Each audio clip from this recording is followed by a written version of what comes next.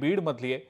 गेवराईतल्या राड्यानंतर आता हाकेंसह 14 जणांवर गुन्हा दाखल करण्यात आलेला आहे। सुओ मोटोनुसार 14 आरोपींविरोधात हा गुन्हा दाखल झालाय। बीडच्या गेवराईमध्ये काल हाके आणि पंडित समर्थकांमध्ये मोठा राडा झालेला होता। कार्यकर्त्यांकडून दगडफेक झाली होती आणि त्यानंतर पोलिसांकडून कारवाई करण्यात आलेली आहे। लक्ष्मण हाकेंवर सुद्धा या निमित्तानं आता गुन्हा दाखल झालेला आहे।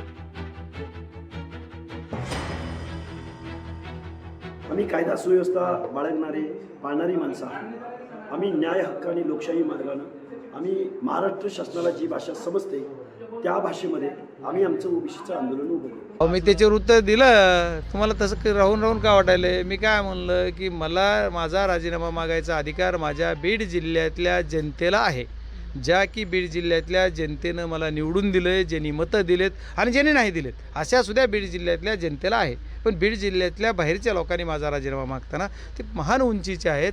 त्यांनी एकदा कधीतरी कधी ग्रामपंचायतीची निवडणूक लढून सदस्य तरी झालं की त्याच्यानंतर खासदाराचा राजीनामा मागावा। लोकशाही मराठी ऐका, पहा, जागरूक रहा।